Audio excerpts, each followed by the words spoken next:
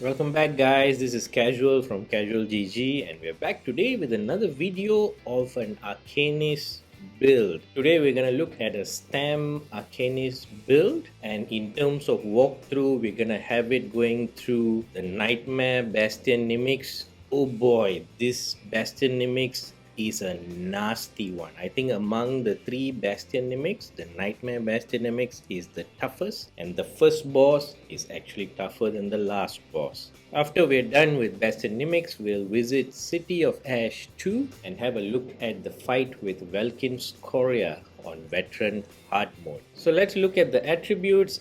In terms of health, you just want to put 9 points into health to get that health closer to 24k. I'm just prepping this for the Undaunted skill line. Once that's maxed out, it will be just nice, the amount of health this toon will have. Everything else goes into stamina because we want to just bump up the damage. And if you guys can see, the stamina recovery on this toon is good. We have almost 1700 stam recovery. One thing about the Arcanist is when you move it to a stam build, the beam, the spammable, and also the burst heal runs out of stamina, so you need a good sustain. The penetration for this toon has also been built into the gear and the CP because there is no source of major breach other than Razor Caltrop on a stam configuration for the Arcanist. I don't want to do PvP in this toon. So how it has been done is that the gear and the CP will make it up, so you have an all-rounded toon. So you can actually take it to the overland, do questing, then decide to fight a world boss in Necrom or do Bastion Nymics, and then decide to do a veteran dungeon pledges in the Undaunted Enclave. You don't have to change gear, you don't have to change skills or Mundus. You can just take this toon and complete all those contents. So in terms of race, High Elf works well if you want a more defensive type of toon, which I'm using, and Dark Elf works as well if you want a little bit more damage. So High Elf has 5% damage reduction while channeling, and Dark Elf just has more stamina, which equals to more damage.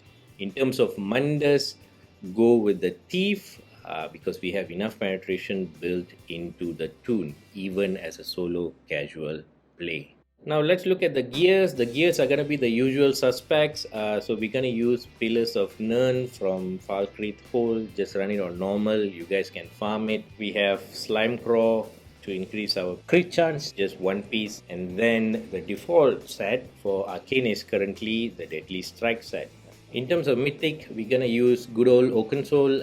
Just makes it a 1-bar setup, simple rotation, so you guys can just focus on the fight and avoid all those nasty AoE attacks. So this chart kind of looks the gear layout for the whole build, the type of gear, where it goes, all the traits, all the weights, and all the enchantment. Now for this build, it's a little bit unique. The chart you see now is for a solo build where we have enough penetration the toon itself brings to the fight. Right? You are like a one-man army. You need to have a balance in terms of good damage, great survivability, and also good penetration. You're the tank, you're the healer, you're the DPS. This is the chart for that solo casual player.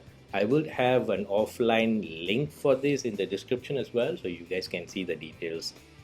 The next chart you guys can see is if you're part of a group. If you're part of a 2-man group or a full group and you go questing and you do veteran dungeons and so forth, you don't have to bring so much of penetration because the tank is gonna do it for you. So the only difference actually is you just change the weapons to become 2 daggers, and the traits on the weapons can be Nirnhorn and Charge, which will increase your crit chance and your overall DPS will go up. Let's look at the skill lines though. The first one is the Herald of the Tomb skill line. This is where most of our damage skills come from. So the first one is the Languid Eye Ulti. That's the morph we want to use because it is in one location. You can You can move it manually by pressing the ultimate button to the next location and it kind of moves. But the reason I like to use this is this gives the most burst damage during the duration of the ultimate, and I just love that aspect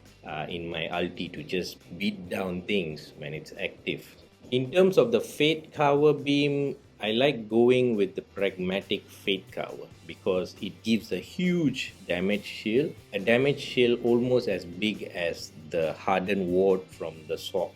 It's a good shield, and while you're beaming, you do get hit by mobs or even the boss itself, and the shield will take that damage and you can continue beaming and finish it, right? So I just love this morph of the Fate Cover Beam.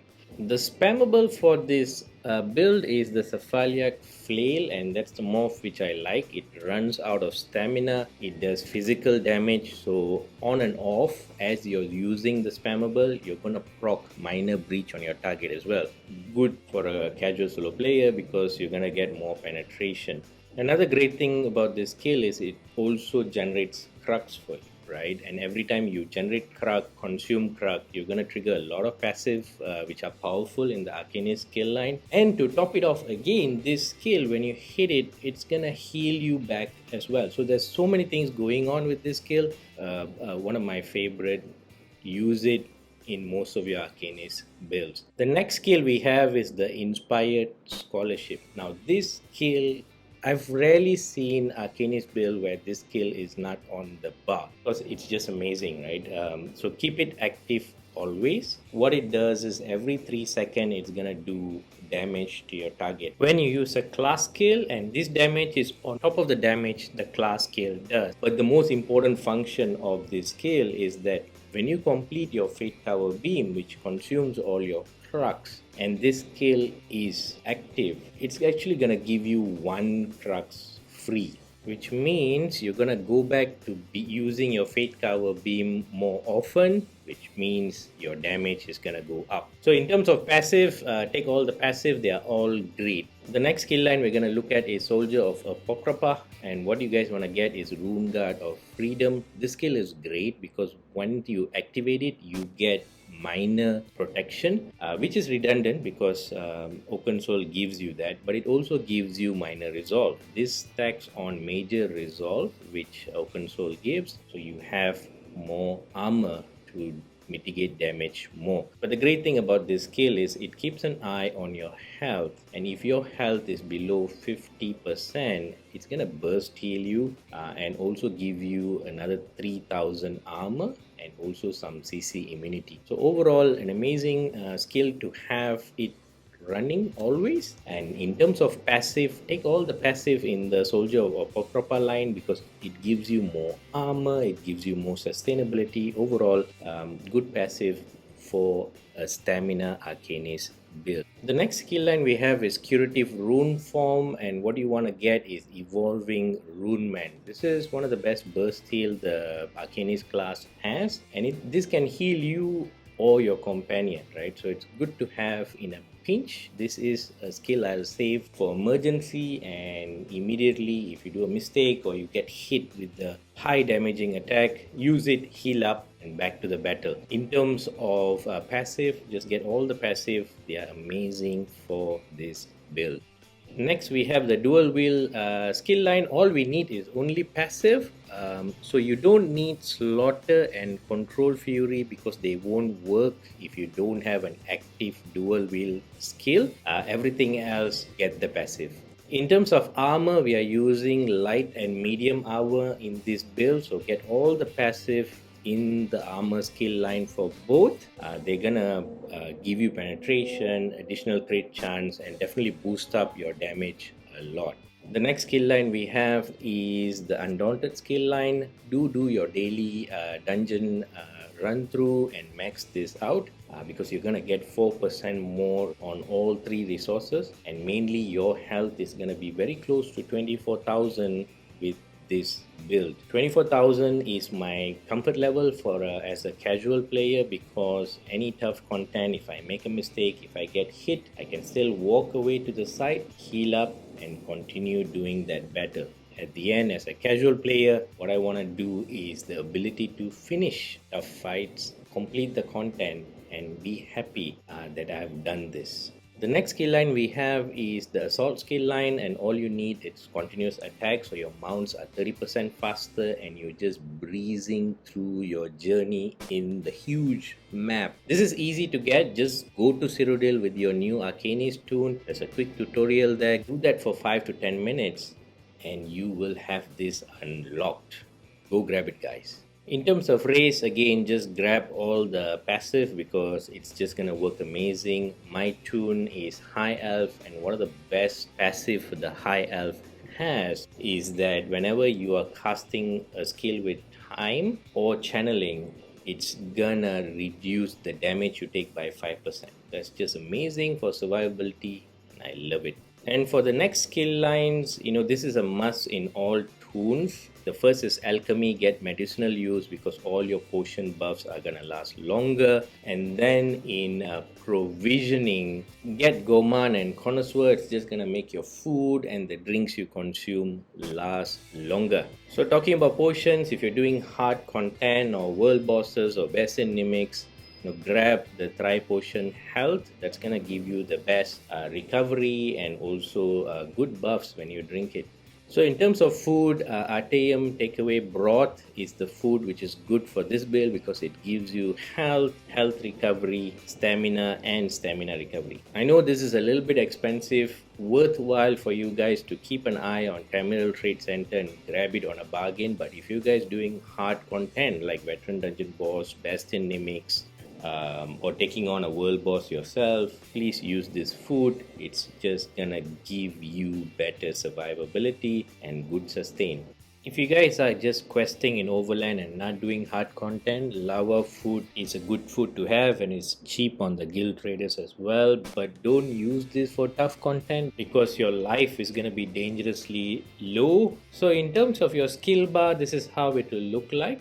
Skill number 4 is going to increase your survivability, so keep it up always. When you apply it, if your companions are on range, they also get the benefit from skill number 4. Skill number 3 must be up always because it's going to do passive damage every 3 seconds when you use your skill on a target, and it's also going to give you that free crux. The developers have done a great job in the UI for this skill because once you apply it, your weapons will glow with a certain green pattern and this is up and running. Once skill number 3 and 4 is always up and running, what you need to do is hit skill number 1 on your target 2 times. By that second hit, you'll have 3 crux already, and then beam away with skill number 2. Once that beam is done, you'll notice you'll have 1 crux available because of skill number 3, and then you keep on spamming skill number 1 2 more times and you get back to Fate Tower Beam, which is skill number 2. That's your rotation. If you see that skill number 3 and 4 falls off, just make sure it's back up and running and continue rotating between skill number 1 and skill number 2. Skill number 5, which is your burst heal, that's for emergency. Use it in an emergency when your life or your companion's life is low. And as usual, whenever your ultimate is ready, just bring down the pain.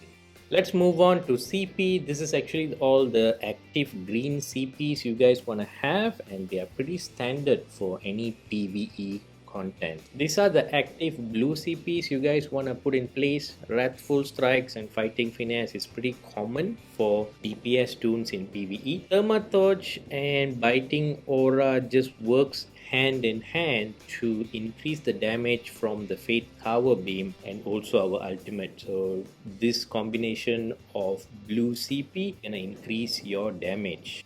And don't forget about this passive CPs in the blue tree. In combination, you're gonna get like 12% damage reduction flat on PvE contents. So I would even prioritize getting this first before the damage active in the blue CP.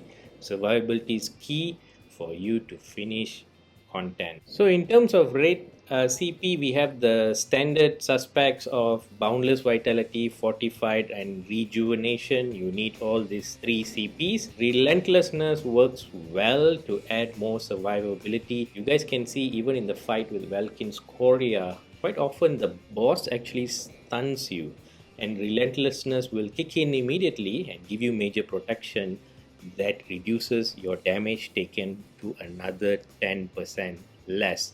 Lifesaver in critical moments. And that's it, guys. That's the build walkthrough. While you guys saw how this build fares in the Nightmare Bastion Nymics, and even now it's fighting Valkyn Skoria on veteran hard mode. It's a very balanced build for casual players to take into tough contents, and you guys can survive and complete the content. I'm sure you guys gonna have tons of fun with this build. Thanks for joining me, guys. I'll also have a written guide for the whole build and I'll link it in the description. We are also still in our journey to reach 1000 subscribers for the channel. Please subscribe, guys. Every subscription is much appreciated, and once we reach 1000 subscribers, one lucky subscriber will get either crowns or necrom up for you to choose as a gift. And we plan to have a monthly giveaway as well after that. Please like the video, and I'll leave the final moments of the Valkyn Skoria fight for you guys to see. Till next time, guys, I'm Casual, and GG's.